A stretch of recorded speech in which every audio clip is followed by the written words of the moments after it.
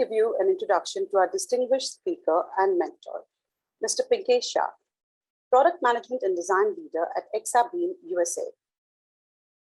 Pinkesh Shah is a Silicon Valley executive with an overall experience of 20+ years as a product management executive. Previously, he was the Global Vice President of Product Management at McAfee, RNC BU, now part of Intel Corporation. For around 14 years in the US, having played a key role in the understanding of how global products have to be adapted to work in emerging markets, he was instrumental in starting the product management organization in McAfee, India. He is a guest faculty at several international reputed B schools like IIM Bangalore, Amsterdam University, etc. He is an angel investor and is one of the founding members at the Institute of Product Leadership, a business school focused on technology professionals. Without any further delay, I request Mr. Pinkesh Shah to share some candid insights as he speaks about the trending topic, 7 career growth tips for mid-career professionals. Super. Well, good evening and good morning for those of you who are with me in my time zone here in the United States, joining on this session. This is an important topic that I feel needs to be discussed more often than not, and certainly happy to share some insights as both having gone through this journey myself, going into senior roles, but also how we hire and kind of giving some perspectives that may be helpful. Now, certainly doing this over a Zoom is less interactive, and so I thought I'll also put together a quick questions and polls for me to keep it interactive, but also a little bit of learning the audience and reading the room as to who's here with me, and kind of what's important for all of you, so I can spend my time accordingly. All right, let me see if I can share my screen, and if that looks good on your side, then we can get started. Are you guys able to see the screen? Anybody? Yes, from? we can. Yes. Okay, super. Okay, well, since the topic is around career growth, I'm going to essentially define what is a career, what does growth even mean in today's context, and then I'll kind of start sharing maybe 5 specific recommendations that I know have worked for me, has worked for many others like me, and others who we've mentored, and hopefully some of that will be useful for you, right? Thanks for the lovely introduction. I think my humble introduction is I am an engineer who accidentally became a business leader, and then kind of learned a lot of things by failing and making mistakes. And I think sometimes that's a good way of learning, but certainly I wish I had some of the coaching in my early stage of life, of career. I would have spent more time in growth and less time in experimenting, for my growth, right? So hopefully with that paid forward mindset, here's a few things. Now before I talk about and share with you what my view on career is, I'd like to maybe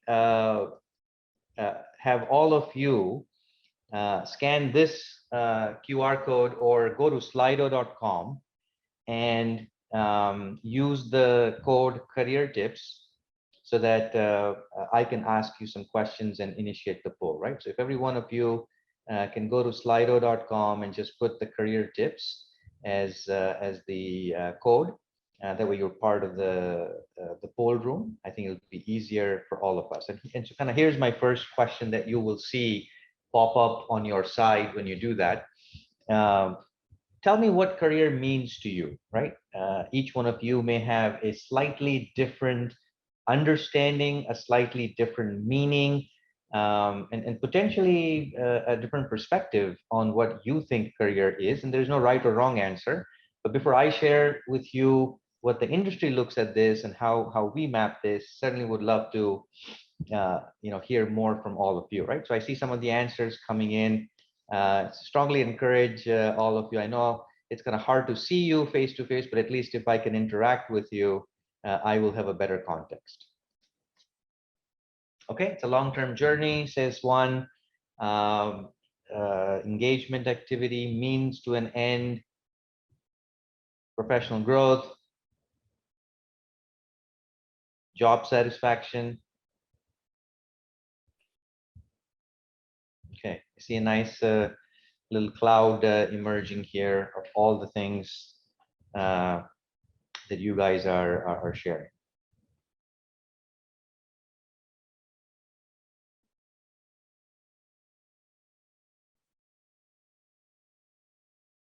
Seems like growth seems to be the overarching theme. Learning, absolutely. That's a very important aspect, and I'm going to share a little bit about when we say learn. What does learning even mean in the context of someone who's already fairly senior, right? Who already knows a lot, and what's the difference between knowing and skilling is another big confusion that I think a lot of senior leaders have. So I'm going to share some things on learning as well. Okay, good.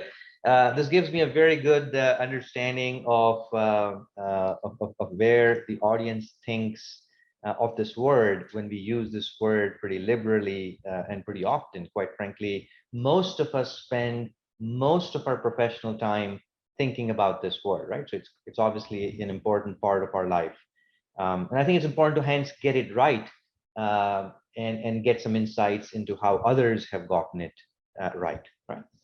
Super. So I'm gonna pause on the poll and go back to my slides, and the polls are open, so you can still continue to kind of add more. So here's how Edgar Schein and a bunch of MIT researchers who did this seminal research around career anchors that you may have heard of. And if you haven't, if you do a quick Google search, you'll find a lot of good information on this. But here's how they finally broke this down in terms of this word career, right? Now, if you notice in this definition, I've underlined kind of two important aspects of this definition, which distinguishes it from a job. A job may not be giving you that significance.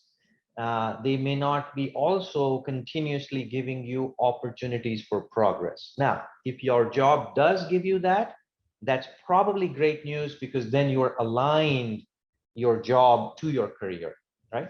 But career is not more long-term, as many of you said in that poll. And so just pay attention to those two things. Opportunities for progress is important, because if you don't get that growth, if you don't get that feeling of progress, you will feel that while you have a great job, you don't have a great career, right? And that's kind of the important distinction that this definition points out. The second word that I was asked to speak on, it's always good to start with a core definition, is growth. And this is an English word. I think everybody knows the meaning of growth. But the important part here is in the definition is the importance, right? The process of increase in amount, and everybody knows what growth means in value. That could be more money. I think for senior leaders, this becomes slightly less about money over time. It is important, but what's more important is the word importance. How important am I in that organization as I am growing, right? Am I growing in influence? Am I growing in my ability to do strategic things? Am I growing in my ability to make decisions? Am I growing? And so those aspects of growth are probably more crucial and something that people need to pay more attention to. Money usually follows, right? The financial part of it, usually follows. So with that core definition, let me jump straight into our 7 tips. But before I do that, I thought it would be kind of cool to have a visual to understand how mid-career really looks like, right? So mid-career in some sense is not a very straight line path to say, if I do this, then that happens. Mid-career growth in some sense is as tricky as what this guy is trying to do. And just in case you haven't figured it out, this is you. If you're a senior professional trying to plan the growth path for yourself, this is what it looks like. You're already on a plane. You're trying to catch the plane at higher altitude, right? Which gives you a better scope. But while you're still in the air, which means you don't have this liberty of bringing the plane down, look around, find the next big plane, and then take off, right? You may not have the liberty, luxury to stop, pause, and reflect, which means you have to do this kind of in flight, which makes it a lot more trickier, and in many cases, lot more dangerous, as you can see on that picture. So let's talk about the 7 tips. Starting with the first and the most important one, I think. A lot of people use this word manage.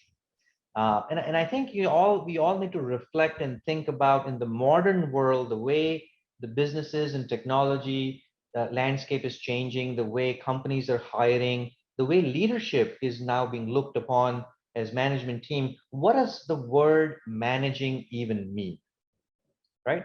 And so I have another poll that I'd like to, let's see if this one is getting compiled. Good. I now have the second one, which you should see on your screen as well. Those who haven't joined the poll, just scan the code or go to slido.com and answer for me what you think managing means. As you grow in your career, what would you like to manage? Right? What does the word manage even mean? Manage what is my question. Especially as you aspire to grow in your career. Okay, good. Clearly managing the business, managing clients, managing people, very popular, especially the managing people part in India. I know this is psychologically very kind of important perception of success. Managing myself, somebody was candid enough and mature enough to say that, and I think that's a pretty important part. A lot of times we forget to manage the self, or what we call leading self, as we try to lead others.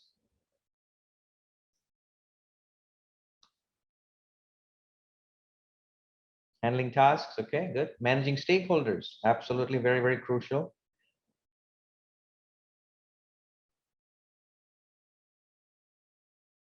Super. So turns out that people, business, expectations seems to be the overarching theme in terms of what everybody's thinking on this call. And so now, if you go back to kind of how many successful professionals who've now grown in their career path have kind of looked at or re-looked at the word managing, is really answering the question at the end of the day.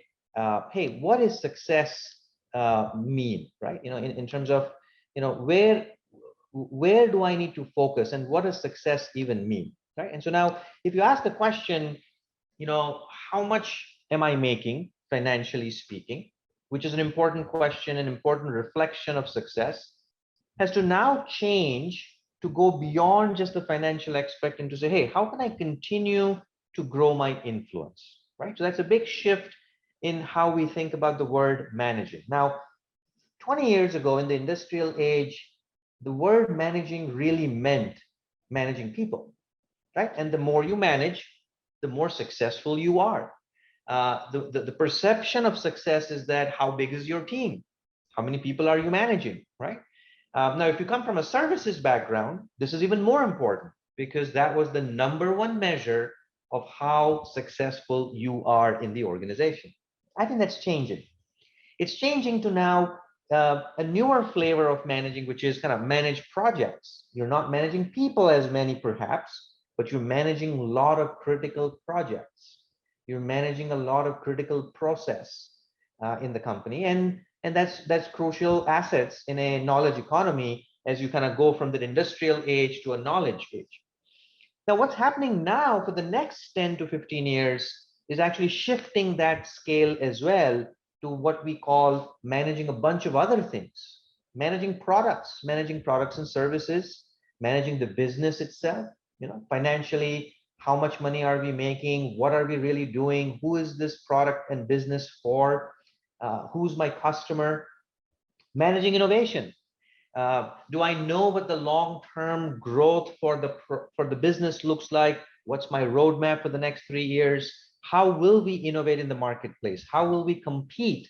What kind of sustainable differentiation do we want to put in our business?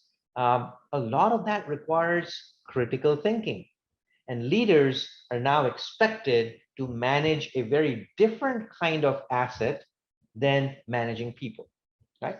And so to me, this is where the crux of my first tip is, that when you say I want to become a manager, try to reflect upon the question, what do you really want to manage? Because more modern leaders are managing growth. They are not necessarily focused on managing people, right? Even though the word manage is synonymous to managing people in many cultures, in many economies, and certainly was the case 20 years ago, is not the case anymore, right? So that's kind of my first insight to kind of leave you with. My second insight, which kind of piggybacks off my first one, which is, hey, we define this word growth. Now, how do I become a growth leader? What does this even mean? And hence, how do I start mapping myself to become a growth leader? So let's define a growth leader in 3 easy steps, right? Can I build something? Can I launch something? Can I deliver something of innovative value in the business space, in the market, right? Second question, whatever I deliver, that service, that product, that feature, that capability, are people dying to get it? Are people loving what I have to offer and what I've had to deliver to the market? And third, in process of doing all of this, can I make enough money for the organization? And I'm using the word money metaphorically. Could be number of user growth, could be engagement growth, right? Different business models will require different metrics of what we call a profitable business, right? Now, a leader who essentially maps and manages the journey of that feasibility, desirability, and viability for a given business is really a growth leader, right? And that's the day in the life of what the growth leader looks like. Now, if you peel the onion further, there are really 3 types of internal skills that you need to develop to become what I call a 3-dimension leader, right? And these 3 dimensions are straightforward, many of which you mentioned when I asked you in the poll as to what does the word growth even mean, what does it mean career even mean, what does the word manage even mean, and really it's broken down into 3 things: leading self, leading others, and leading innovation. So to me, the epitome of what we call a senior person in the organization, forget the title. You could be a vice president, could be a senior vice president, could be a director, whatever the title might be. But if you're considered senior and potential to even grow further in seniority, you really need to master and turn yourself into a 3-dimensional leader. Somebody who's good at leading self, leading others, and leading innovation, right? That's kind of the true definition of a growth leader. And so some of the things that you would now kind of ask in each of these buckets is, hey, look, at the end of the day, am I really reliable? Do people find me authentic? And that's easy to say that people find me authentic, but do I do what I say, and do I say what I think is the right thing to do and what I really mean, right? Now, this requires a lot of self-introspection to build that capability, to build that leadership potential, so that others see you, not you, but others see you, as authentic, reliable, mindful, and many ways to describe this. Second important aspect is your emotional quotient, right? Your IQ may be strong, you may be the expert in that area, you may be an amazing chef, you may be a nuclear scientist, you may be a great software developer, you may be an awesome product marketeer, which is the functional skills, but do you also have a high or even higher emotional quotient, right? Are you the one who people go to when they have problems? Is management team going to seek you out for advice when they have a crisis, right? These are signs whether they see you as reliable, authentic, and a true leader who can make good decisions. The second aspect of leading others is directly goes back to influencing. You may not have authority over a set of people to tell them what to do, and yet you may be required to manage their work, to set the directions of what they do, set the goals and give them guidance, mentor, coach, all of that, right? So this goes back into leading others, right? And I'm using the word leading others and not, if you notice, not managing others, right? So it's kind of very, very important to understand and see that difference. Third, leading innovation, right? So the leading innovation is all about, do I understand enough about financial skills? Do I have enough business models understanding? Do I can I create the long-term strategy, the long-term decision making on the portfolio of capabilities and services? All of that requires strong financial acumen, strategy acumen, business acumen, right? So as we call customer context, business context, innovation context. So these are the three buckets, going back to our tip on how do you become a growth leader irrespective of the domain that you're in. Whether you're in IT, whether you're non-IT, because there's a very common question that gets asked. It really doesn't matter. At the end of the day, you are expected to make good decisions, and you will be expected to hence be a three-dimensional leader. Right? So hopefully this makes sense in terms of kind of what I think would be a new age set of three-dimensional leader, and some of the skills that you would need in each of these areas is kind of what's listed here, right? And no need for me to kind of go over all of them, but the idea is to give some illustration at a high level to say, here are the core competencies that you need to start building and thinking about as you lead self, become very good at leading others, and leading innovation. My insight number 3, balance the tactics with the strategic. It's very easy to get consumed in the day-to-day job that you are pursuing today. And that leaves very little room for doing strategy work, out of the box thinking. Now, many of you may say, well, hey, look, I don't have the opportunity. I don't really have the ability to contribute at that level because I'm not at that level. I think this is a myth. You don't have to become a director to think like a director, to execute like a director, to recommend to your management team on what a director would do otherwise. I think this is a chicken and an egg situation where, do I have to become a director and then exercise my leadership capability? Or do I start presenting myself in a certain sense before I even become one? My recommendation is the latter. I think most successful people don't wait for HR and management team to give them the title. They start developing themselves and hence contributing to those areas at the level that you're in. It's almost like +1, right? I always say, start executing at +1, and also have a long-term view. How will you become a CEO? Do you want to become a CEO or a CXO is the first question. My answer should be yes. If you're really interested in career growth, that's the ultimate goal. But even if you don't get there anytime soon, how do I do +1 on the ground from where I am, right? From the vantage point that I am. So I think that's kind of very, very important. Now, a lot of this is also about mindset. It's not about the skill set alone. A lot of times we work in what I call individual delight. Tell me what to do, and I will go finish it. One customer at a time, one client at a time. Let me do something that's specifically for this manager, for this person, for that customer. And at some point, you have to start doing things that, hey, if I create something that can impact many simultaneously, which is what a market delight really looks like, much better mindset that allows you to kind of get there faster, right? This goes back to our classic joke that I'm sure everybody here on this group, assuming every one of you have, a fairly successful track record of where you are and very senior in your roles. You know how this works, right? Somebody was asked to jump, and there were two people in the room. One asked the question, how high? And second, ask the question, why? And this is the big mindset difference between a kind of project approach, task approach, and a growth and an innovation leader approach, right? Because you're trying to understand why. Somebody's asking you to jump. You're not saying you don't want to jump, but you also want to know why.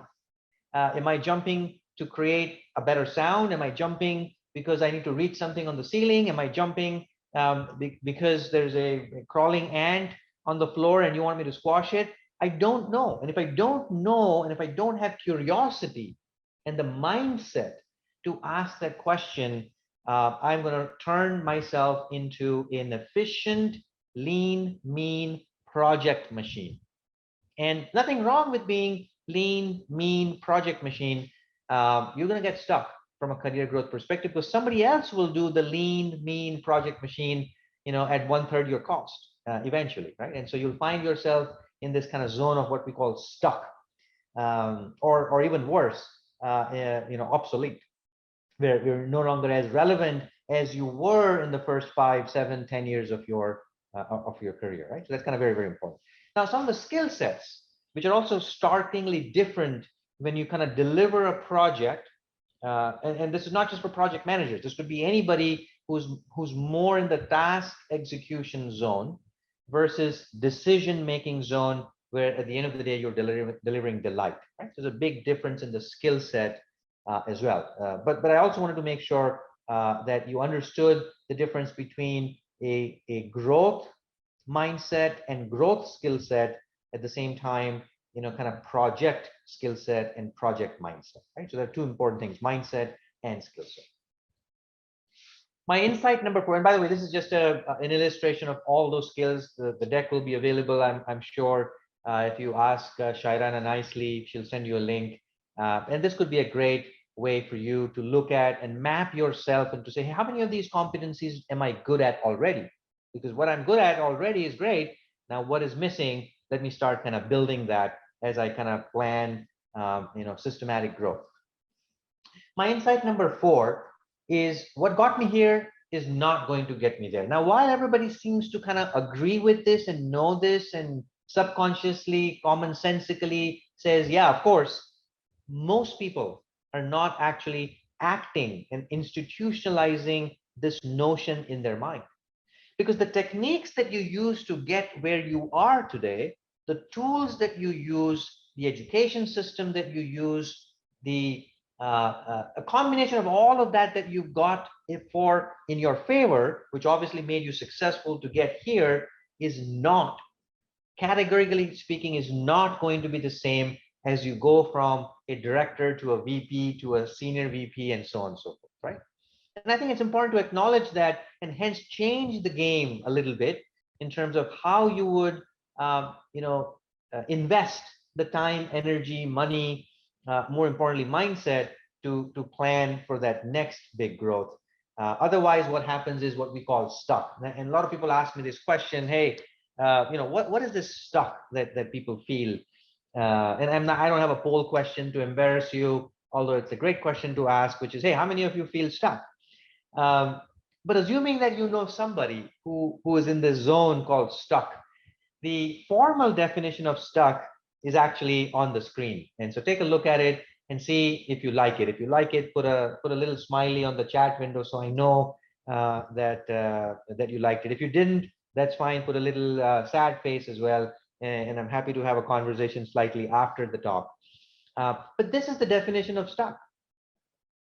When your value in your company, in your organization, wherever you're working, is higher than your value in the open market, you're officially stuck. Which means you don't like what you're doing right now, but you can't leave because nobody else values you as much as this company is valuing you in terms of pay, in terms of your pay scale, in terms of your scope, in terms of your title, whatever it is that you like about that current role, that current company, that current title. You're not going to get that outside because perhaps you're not as important, you're not presented yourself, you've not kept up. And this goes back to that same notion. What got you here is not what's going to get you there, right? And so the consequence of not institutionalizing this in your head is eventually you may get stuck, right? And so what is the way to think about it, from a kind of way to escape this this spiral stuck? The answer is very simple, actually, turns out. Now, simple to understand, slightly harder to invest and do, but the answer is predictably available for you to get in. And that's essentially looking at something like this. How do you start thinking differently? How do you start deciding on things differently? How do you solve for things differently? And so essentially the goal is for you to hence become what I call a cross-functional skill leader, right? You need to build skills that are not just deep in where you are, because you've already done that. You now need to build that depth, which you already have, but layer it with what we call a cross-functional specialist, a cross-functional understanding.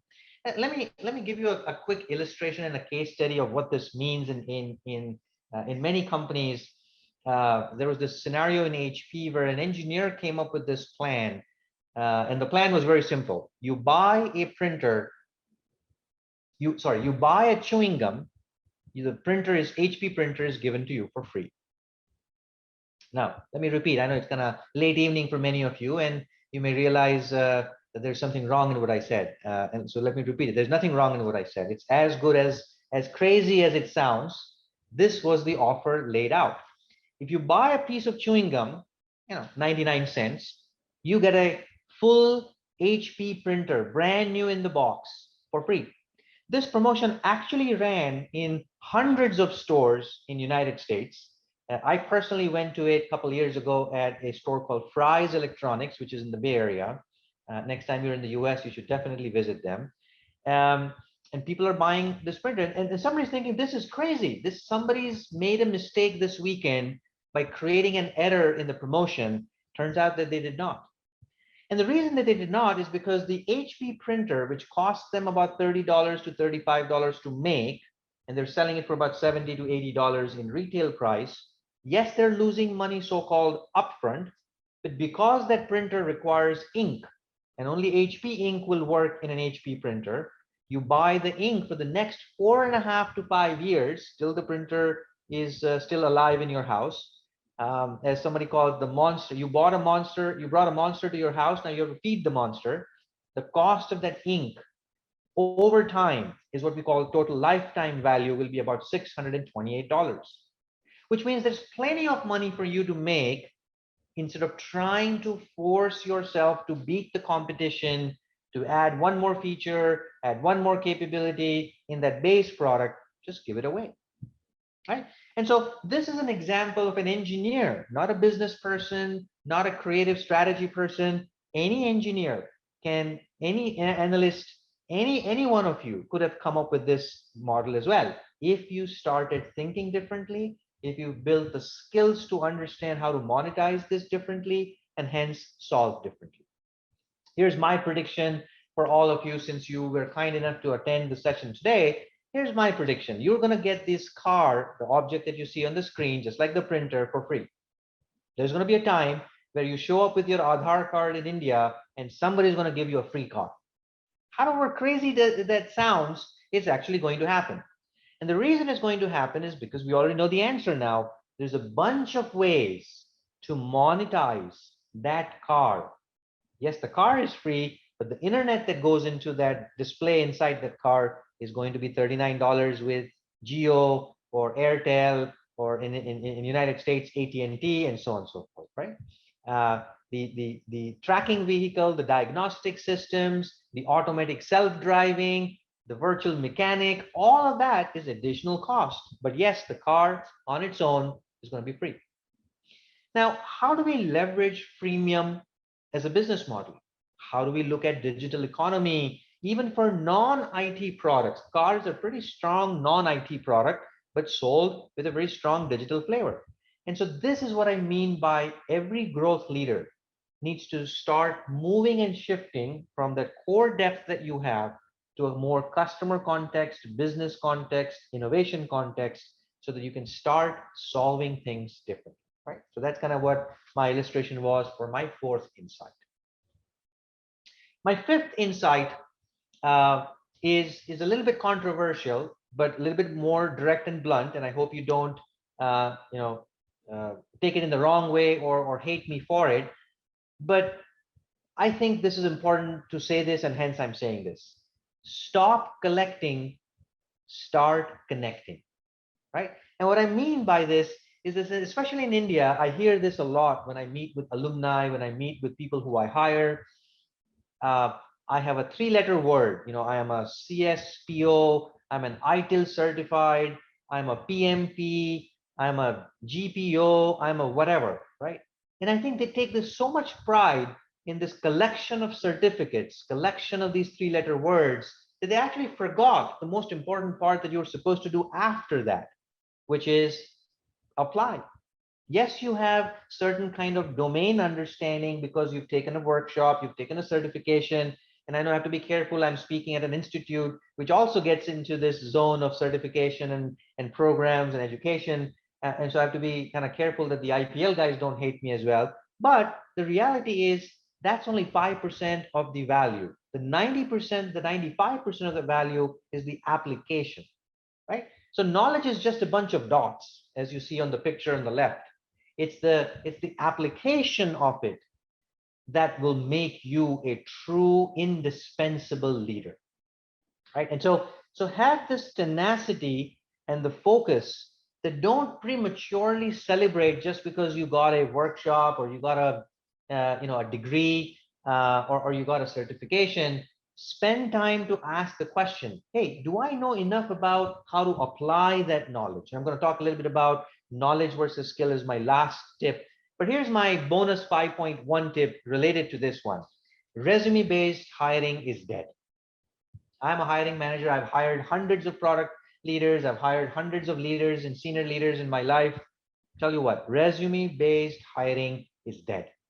Yes, have a resume, of course, have one, but sending it to Naukri or Monster or Indeed, hoping that somebody is going to wake up and just fall in love with you, chances of that are extremely slim. You're having better chance of winning the local lottery than getting that, especially in a senior role in that zone, right? And so hence, what's more important now is the demonstrable skills. Build a portfolio.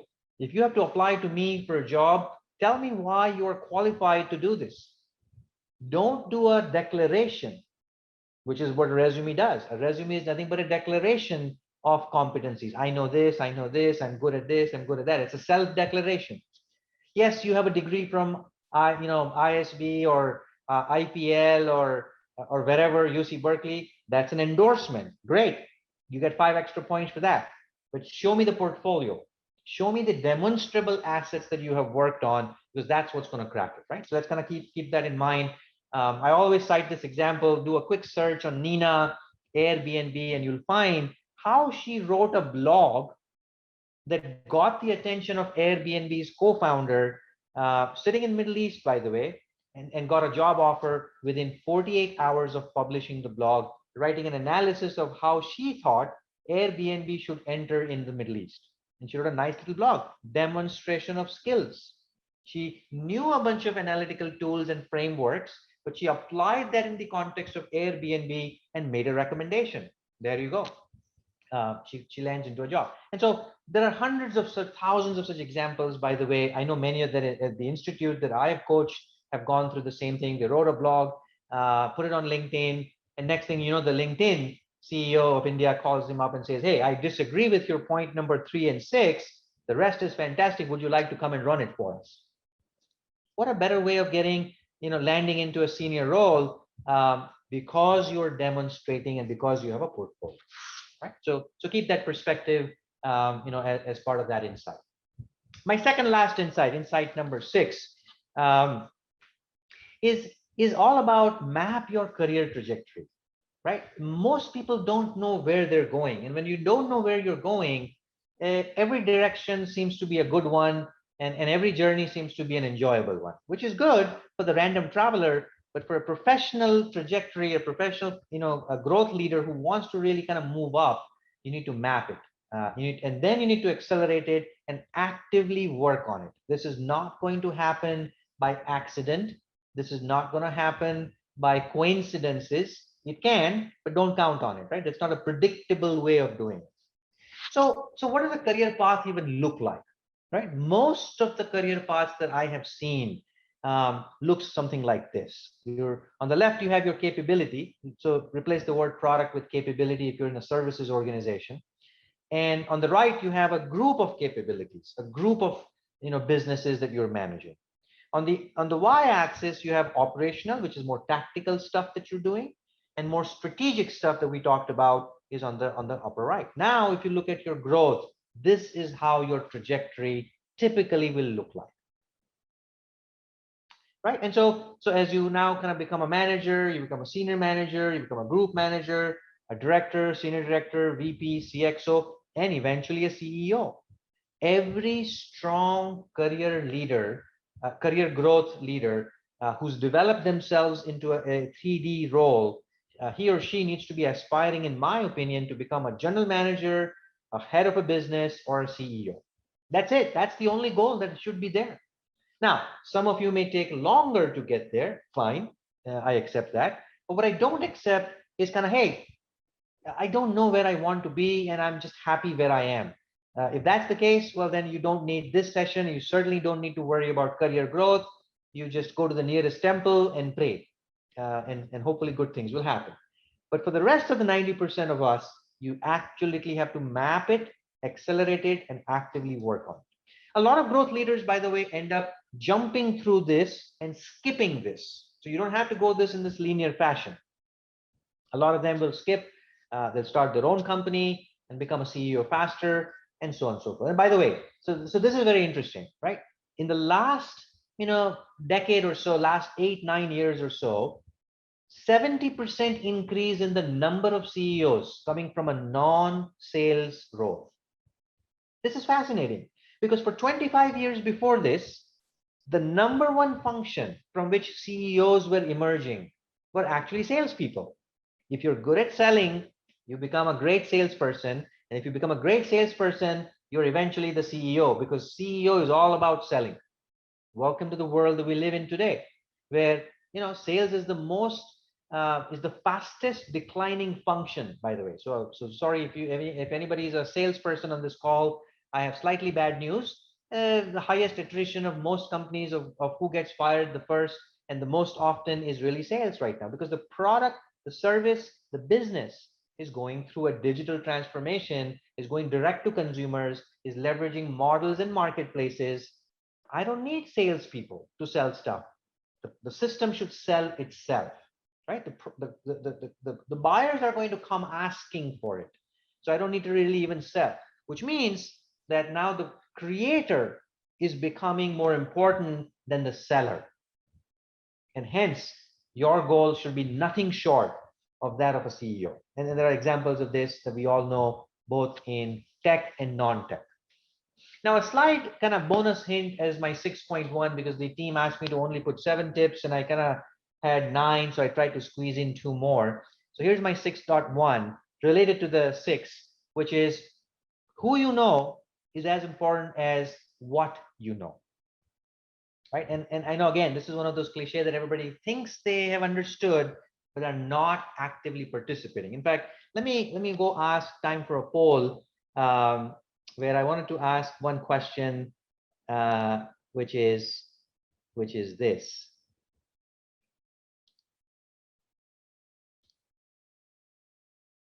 Yeah, and so the question should be on your screen now.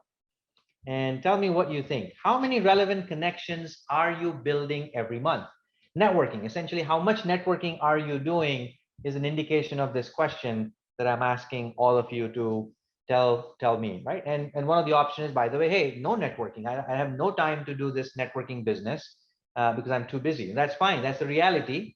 Let the reality reflect in what you guys think is where you are. And I'll tell you the average, by the way, of how certain senior leaders, what do they do, and how many. And so I'll give you the kind of golden answer as well in a second, but I first wanted to kind of see what you guys have here on the group. Okay, see, so I see many of you are in the 0 to 10. About a quarter of you are saying no time to network. Which is the reality, and I appreciate you acknowledging the reality. Unknown and undeterministic, so you kind of do it whenever you can. There's no systematic, plan, is what 10% of you are saying. Okay, good. So turns out that, and by no means is this an official definition, the only definition, but a fairly well accepted definition, especially for those who are on LinkedIn. If you're not building 21 connections, is apparently the golden number, and I don't know all the details on why, but I certainly look up to that number for myself. If you're not building 21 new relevant connections every month, you are not networking enough. You're networking, but you're not networking enough, right? So the benchmark for you, as you start thinking about this, is, and again, there are notions on, and there are inhibitions. In fact, let me ask you that question as my next question. Hey, what is the inhibition on why you don't network enough? Because clearly, more than 60% of you said you're not networking at 21 every month or higher, which means there must be some problem. There may be some inhibition. Maybe it's time. Maybe it's you call yourself an introvert. Perhaps, as somebody said, they're nervous. What is that for you, right? What is the one inhibitor that all of you feel the reason why you don't network enough, even though you want to, and even though you have to? What does that mean? Okay, so introvert seems to be the big bubble here. And I think you can put more than one responses, by the way. So you can put more than one words. It will automatically kind of calibrate and show you a real-time tag cloud in the tool. So that way we all can see, transparently where the group thinks. Don't know how. Okay, that's good. I think this is the number one problem that I see with a lot of people I coach as well, is they want to, they just don't know how to. And there are actually techniques. Turns out that it's not common sense. Yes, a lot of people think you're born with that skill. You're not born with that skill at all. You certainly have to develop that skill. There's a process, a technique, some best practices on how you do it. So the don't know how is a very relevant thing I hear a lot from people, especially in India. Okay, good. So fairly good, indication on kind of where it is. Now, if I were to tell you that here's the Harvard study on 5 misconceptions, just for informational sake, in the purpose, in the spirit of time that we have, which is running out for me, 5 reasons why people don't network. 5 mindset belief systems in many cases, right? So a lot of people feel networking is a waste of time. And so if you feel that way, you're certainly not going to work on it, actively do something about it, right? Try to understand if you are a victim of one of these 5 misconceptions, and try to overcome that. You need to really spend time in this area, because it's like I said, the insight that I'm trying to repeat is it's not about what you know alone. It's about also who you know, especially in the senior leaders as you get into strategic roles, right? And my last tip is this. A lot of people use this word, I know. I already know this. I already know that. I'm certified here. I'm certified there. I happen to be a natural at this one. You may be right. Turns out a lot of people are wrong about knowing and having the skills for it, right? And there's a big difference between these two. And I want to kind of bring you a little bit of nuance to bring that, what we call cognitive bias, right? A fancy psychological term that a lot of coaches and leaders will use to essentially say, hey, you may have a blind spot, right? I have a blind spot. By the way, human beings all along will have blind spots. I have blind spots on my health. I think I'm pretty healthy. I think I eat pretty healthy. I'm a vegetarian. And so, I feel I'm good. Turns out I'm not, right? Because the blood report will show different reality altogether. And so what I want each one of you to also reflect on is that even if you think you know how to do these things, whether it's finance or strategy or leadership skills or art of storytelling or digital, economy and financial, pricing and packaging, all of that, figure out what layer of learning and hence what layer of understanding do you really need based on where you are. Because knowing comes in 4 flavors. When we say the word knowing, I know something, it comes in 4 flavors. First, you have the awareness for it, which means you've attended some webinars or read a book, hang out with people who are like that. And so you can kind of, have the buzzword, the vocabulary, you have basic 3-letter acronym level understanding of that topic, which is good, but that's a start. The next level deeper, as you peel the onion, as you go deeper and deeper to the core, is literacy. You go beyond awareness. You now have deep understanding of the frameworks, knowledge, theory, academic side of how it should be done.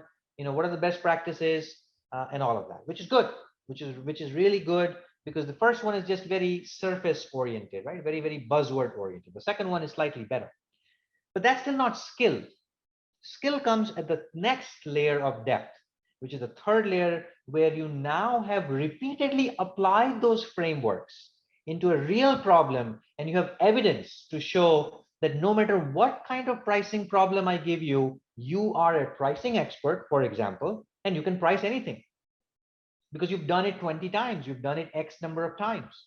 And so that ability for you to develop that skill only comes with a coach, with some practice, with some live projects, with learning by doing type of learning, right? Just by listening, just by reading, you may not develop skills. You may develop literacy, but not skills, right? So I'm going to keep that. And then the last one, obviously, is a desirable one, and two, in many cases, is an expertise. You're not only knowing this and you're skilled at it, you're now teaching others, you're coaching others in the company.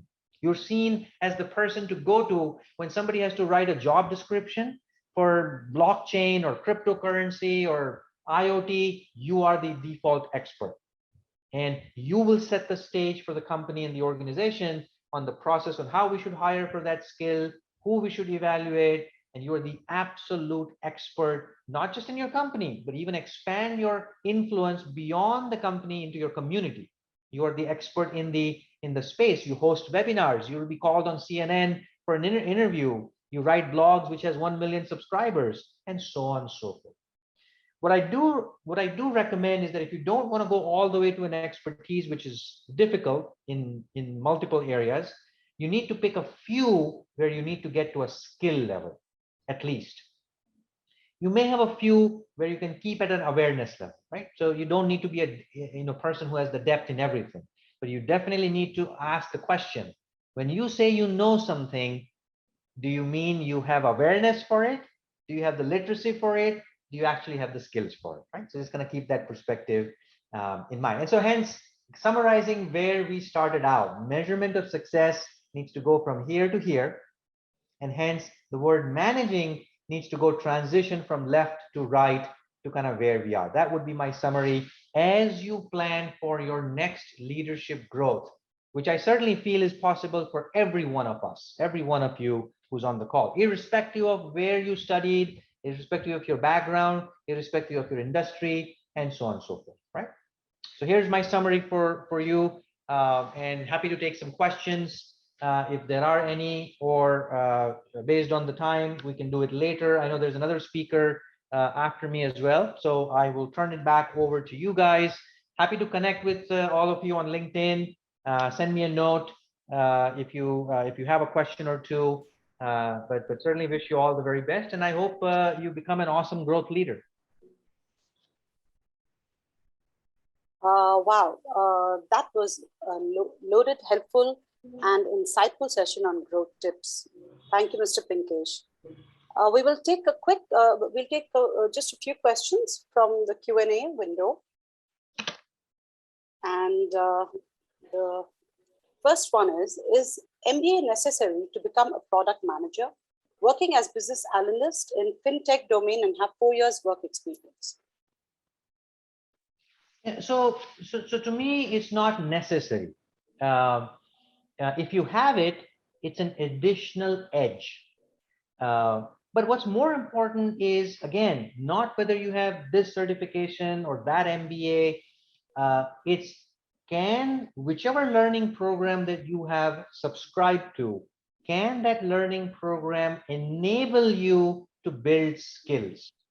And when I say skills, not just any skills, relevant skills, the skills which you have the gaps for, skills which you can demonstrate to that next hiring manager, to your next management team member for a promotion internally, and so on and so forth, right? So just don't do an MBA because it gives you a nice 3-letter word to add on. Do it because it allows you to build that skill, right? So I don't know if I answered that question, but no, when I'm hiring, to me, whether you have an MBA or not, is the least. At 7+, 5+ years of experience, I'm going to look at what you can do, not what some MBA you did many years ago or even recently. So less crucial, I would say, would be my direct and blunt answer. On the fintech domain, I mean, fintech is hard. I mean, you have so many things that can happen right now in fintech, and it is happening in the United States as well as in India. 4 years of work experience is great. This is the perfect time to start building up your growth leadership, skill set. So I would strongly encourage you to start this journey sooner. You don't have to wait for getting into 5, 15, 5, 12, 15 years of experience and then think about this. A lot of people who already have 12, 15 years of experience are now thinking about it. And to me, that's slightly late. It's okay. People wake up at all kinds of times in their lives. If you have the awareness to do this sooner, I absolutely encourage you to do it sooner. 4 or 5 is a pretty good time where you have enough maturity to start thinking about this. Okay, thank you very much. Now, since we have a constraint on time, I would like to invite Professor SaiSatish for a brief information sharing on International Certification in Strategy and Leadership Program at IPL. Professor Sai, welcome on board. Thank you, Sharana, and good evening, all of you. I think I've been listening to the very interesting practical insights Mr. Shah has provided. So I'm hoping that all of you got some specific prescriptive advice to take it forward and see how you can change your careers. I think many of the folks can actually do this themselves, right? What I've noticed talking to some people is that there is an understanding of the need for having all the specific tips that Mr. Shah provided, but how do you put these things together? How do you stitch it together? How do you put yourself in a context that helps you provide a way that you look at it and say step 1, step 2, step 3, and then make that career change happen. So in that context, I want to spend not much of time. I know it's a bit late, so not more than 10 minutes in going through the quickly overview of the strategy and leadership program offered by the Institute of Product Leadership. I'm quite excited by this because I think it's got some real thumbs up from several practitioners in the industry and the people that are going through this program. So I'd like to spend just a few minutes in giving a quick overview on that. So three questions in this context, right? 1, what is this program about? 2, what will you be able to do at the end of this program? And 3, what happens inside the program? Right, so not too much details or information here, but a quick overview. And I'm sure there is a place I know where you can get a lot more information. So what is this program about, right? It is essentially a crisp, curated, contextual, and career-focused program to help tactical managers move to strategic decision-making roles, right? So I think that's the way I'd like to summarize this.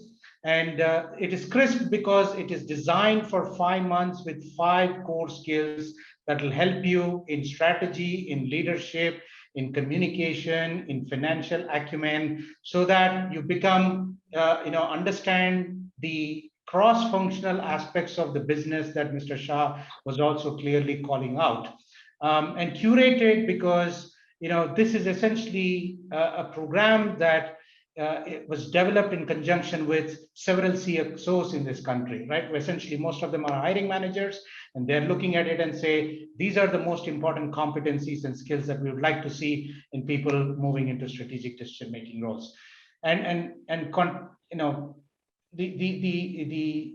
are a lot of environments where you can actually learn some of these skills, but what is really important is to know the relevant contemporary aspects of it, right? So you can go and understand about how to read financial statements, accounting perspective, but it's another way to use that information and knowledge and understanding to build a product financial plan, right? So these are some of the things that are a lot more relevant in that context. And career focus, because this brings in a lot more emphasis on skill building, portfolio building, and essentially personal brand building, which is absolutely required for anyone to move into, especially senior professionals. I think the very interesting statement that Mr. Shah said is, don't show declarative statement like a resume, demonstrate your portfolios, right? So, and in that context. So that's, it's a 5-month program, and what will you be able to do at the end of this, right? And that is important because it's an outcome focused and outcome driven program. One, I won't go through all of these things in the interest of time, but few important things is you'll be able to, build a long-term vision for your products, right? And product vision is quite important. It's difficult to articulate, especially aligning with corporate, vision. And will you be able to essentially look at market opportunities for your product or for your business? And how will you be able to decide whether some opportunities are attractive and some are not? Or look at the current portfolios in your company, and if you are in a role, if you get into that role, often you'll be asked to make some very key decisions on where to invest and where not to invest, right? And again, using defining and articulating a go-to-market strategy for your existing products, defining how to position this product, what segments to position, what is the message should be, it becomes very critical. Now, all of this is important, but there are several other things, especially in terms of the competencies and skills around communication, right? Because essentially you are working with other cross-functional leaders. So you should be able to influence them through your negotiation skills, through your presentation and storytelling skills, through your leading with influence abilities, not just yourself, but also your teams and your organization, right? So all of these things packaged into and tied into specific outcomes. So that's what essentially you'll be able to get to in this particular program, strategy and leadership. And so what happens in this program, right? So there are a couple of elements. One is, as I said, it is a program that is designed for 5 months with 5 skills, but of course, given the current situation that we are in, pandemic, some of you may require a little more time than that. So there is access up to 1 year for the participants of this program, all the resources and everything. However, these are the 5 core skills mapped to specific courses in the program. It's product and digital strategy. Now you have corporate strategy, business strategy, technology strategy, sales strategy. Strategy is a very interesting word. You can attach to a lot of things, and it feels good about it. But while you cover some of those things, this program brings in a little more focus and emphasis on product and digital strategies today, right? For any leader, and they say, finance is the language of the elite. So if you're not using the language of finance, the ratios, the metrics, either in terms of income statements or cash flows or anything, to understand how the business is performing, and to even come up with projections, revenue projections and financial models, then you're not considered as a leader. So similarly, as we talked about around communications, negotiations, and leading. So there are 5 courses, core courses, if you will, mapped to 5 specific skills. And all of this is focused on helping you building that relevant skill, building a portfolio of that skills, demonstrating those portfolios, and build your personal brand accordingly. What happens in the program, or rather, a little bit deeper into this, how is this structured? Every month, focus is on one particular skill or the course, right? So month one, product and digital strategy, and then financial acumen, communicating impact, and all of those things. This is a live faculty-led weekly sessions program. Many of your busy professionals, senior professionals, so to also bring a lot of participants up to speed, there is a curated digital learning paths that are created as a prerequisite before you join the live sessions by the practitioner faculty, right? The other important point that I was bringing up is this is a highly curated program, because the people who are part of this program as mentors and faculty are all practitioners themselves, right? So they are people who have built companies. There are people who have led some very strategic programs in large companies and led some M&As and acquisitions. So they come with lots of practical insights and experience into this, right? So every week there is a live, virtual session led by faculty or mentor. And then one of the weeks is where every participant must present their work on the hands-on project, live project, or a capstone project to the peers, the rest of the people who are going through the program, and also the faculty, to get feedback, right? To get feedback, to get better. And then, often every month, there is an external event that happens called a skillathon, where a jury from the industry is invited to listen to your presentations, to listen to your pitch, and they will evaluate you, they will give you feedback, and most of them are hiring managers, right? So if they are impressed, with what you're doing, maybe there is an opportunity there. So that's essentially how, and it's a completely hands-on learning by doing, skill building, and demonstration of skills approach, right? So while there are live sessions that happen. So that's a quick summary of what happens inside the program and how it is structured. Of course, there are some interesting optional elective skills as well in terms of either design thinking, customer centricity, digital products, right? Very, very interesting and a slightly different way of understanding how digital products are being built and taken to market, and several other electives. These are just a sample of them. Now, of course, this program is offered in collaboration with the University of Houston Boyers College of Entrepreneurship, which is ranked number 2 in the US for entrepreneurship education.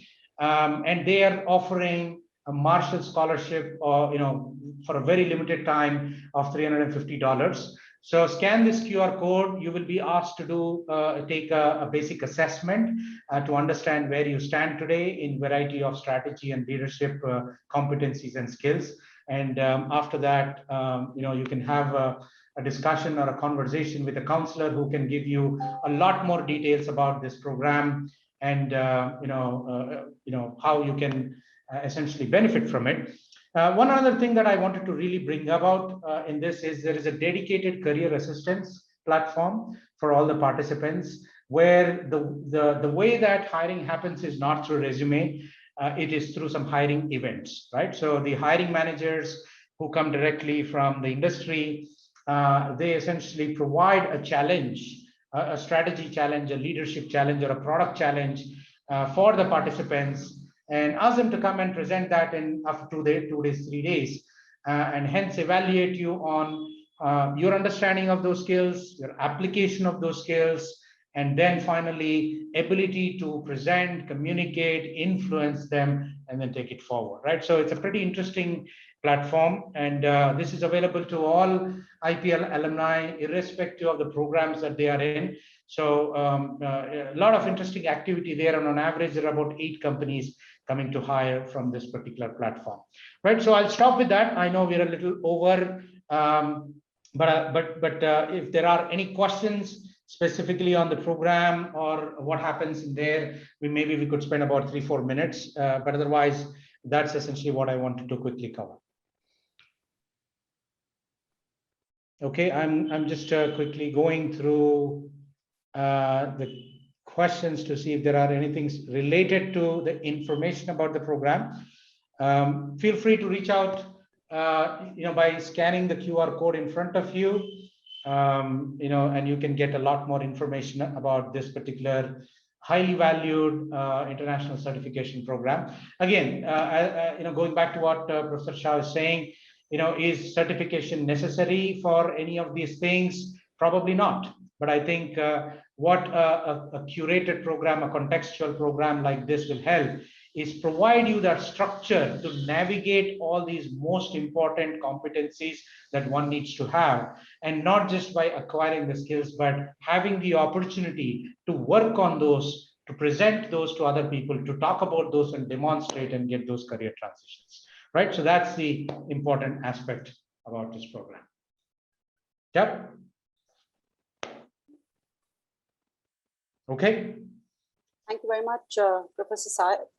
So I guess since we don't have too many questions on that now, thank you for a very informative session on international certification on strategy and leadership. Thank you for the participation, audience. For any further questions, you can connect with Mr. Pinkesh or Professor SaiSatish over LinkedIn or other mediums. Thank you for taking time to join us, Mr. Pinkesh and Professor Sai. We look forward to hosting you on more such topical discussions in the near future. And audience, thank you for joining us. It was great to have you with us. Do take care and stay safe. With that note, I end tonight's session. Happy learning, stay skilled, and stay safe.